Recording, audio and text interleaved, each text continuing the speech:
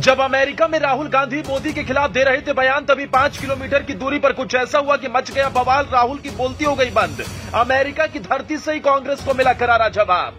मोदी ने इस बार बिना कुछ बोले ही बता दिया दुनिया में क्यों बजता है उनका डंका। अमेरिका से आई रिपोर्ट में ऐसा क्या जिसने उड़ा दी मोदी के विरोधियों की नींद। ना बाइडेन, ना सुनक, ना ही जिनपिंग, दुनिया में मोदी है सबसे महान। 2024 में मोदी की लोकप्रियता पर सवाल खड़े करने वालों में मच गया हाहाकार। मौलानाओं ने भी जोड़ लिए हाथ। एक साथ 4 बड़ी खबरों ने ममता से लेकर नीतीश को हिलाया, विपक्षी एकता की मेहनत को मिट्टी में मिलाया। गुजरात से बाबा बागेश्वर ने सुन ली मोदी की अर्जी।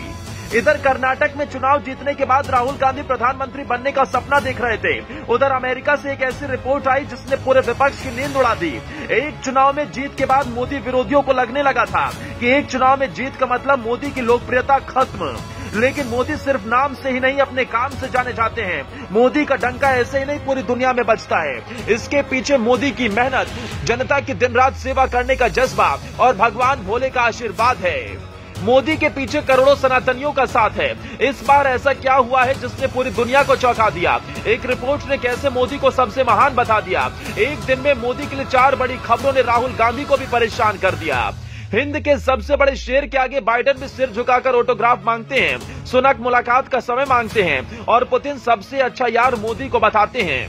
जब ऑस्ट्रेलिया के पीएम मोदी को दुनिया का बॉस बताते हैं, तभी राहुल गांधी विदेश में जाकर भारत को हर बार शर्मसार करते हैं। राहुल गांधी की जुबान इस बार भी ऐसी ही फिसली कि उन्होंने मुस्लिम लीग को सेकुलर पार्टी बता दिया। यानी जो मुस्लिम लीग भारत के बंटवारे की जिम्मेदार रही, उसे ही राहुल गांधी सेकुलर पार्टी बता रहे हैं। लेकिन राहुल जब अमेरिका से मोदी के खिलाफ भाषण दे रहे थे, तभी मोदी के लिए एक साथ 4 बड़ी खुशखबरी आई जिसने बता दिया कि 2024 में भी मोदी का कोई तोड़ नहीं।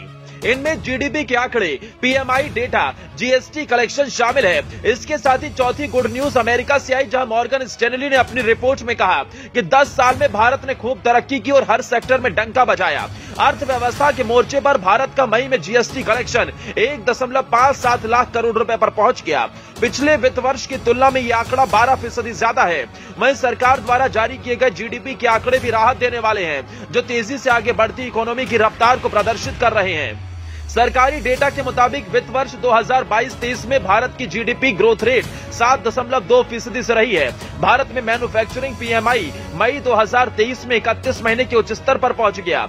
मॉर्गन स्टैनली ने बीते दिनों जारी अपनी नई रिपोर्ट में प्रधानमंत्री नरेंद्र मोदी के नेतृत्व वाली सरकार की जमकर तारीफ की।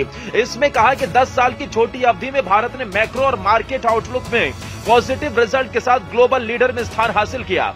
मॉर्गन स्टैनली ने कहा कि भारत आने वाले समय में एशियाई देशों में प्रमुख लीडर के रूप में उभरेगा, साथ ही अगले दशक में ग्लोबल डेवलपमेंट का 5वां हिस्सा होगा।